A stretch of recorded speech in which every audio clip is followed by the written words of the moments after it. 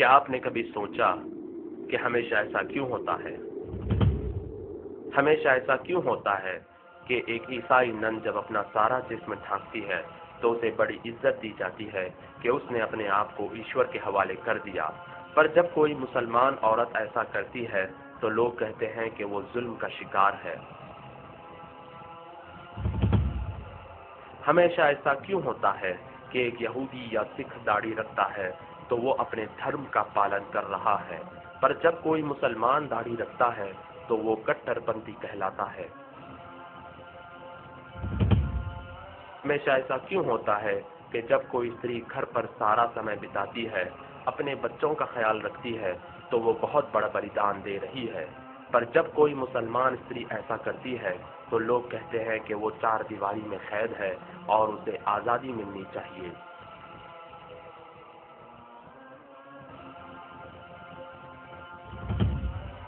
ہمیشہ ایسا کیوں ہوتا ہے کہ جب کوئی شکشک اپنے سبجیکٹ میں آگے رہتا ہے تو وہ کامیاب شکشک کہلاتا ہے، پر جب کوئی مسلمان لڑکا اسلامی شکشا میں آگے رہتا ہے تو اس کا بھوشیہ بیکار سمجھا جاتا ہے۔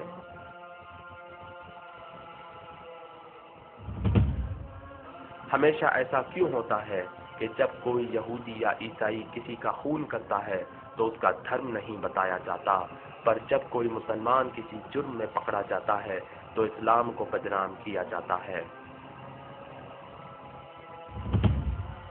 ہمیشہ ایسا کیوں ہوتا ہے کہ کوئی بھی لڑکی کسی بھی طرح کے کپڑے پہن کر کالج جا سکتی ہے، پر جب مسلمان لڑکی حجاب پہن کر کالج جاتی ہے تو اسے گیٹ پر ہی روک دیا جاتا ہے۔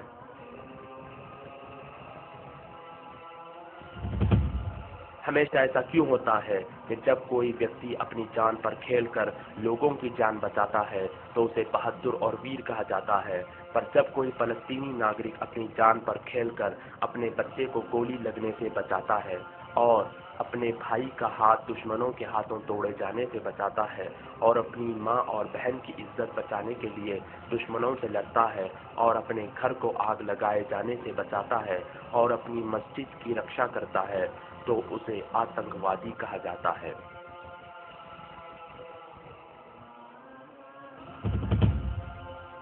ہمیشہ ایسا کیوں ہوتا ہے کہ ہم کسی بھی پرکار کی سمسیا کے لیے کوئی بھی سمادھان لے لیتے ہیں، پر جب اس کا اتر ہمیں اسلام میں ملتا ہے تو ہم انکار کر دیتے ہیں۔ ہمیشہ ایسا کیوں ہوتا ہے کہ جب کوئی ڈرائیور بیہودہ انداز سے کار چلاتا ہے تو کوئی کار کو دوشی نہیں ٹھہراتا، مگر جب کوئی مسلمان غلطی کرتا ہے تو اسلام کو دوشی ٹھہرایا جاتا ہے۔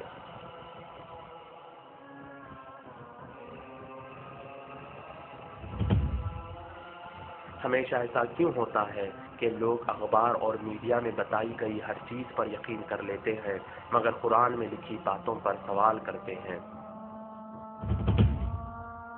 پر ان ساری چیزوں کے باوجود آج پوری دنیا میں سب سے تیزی سے پھیلنے والا دھرم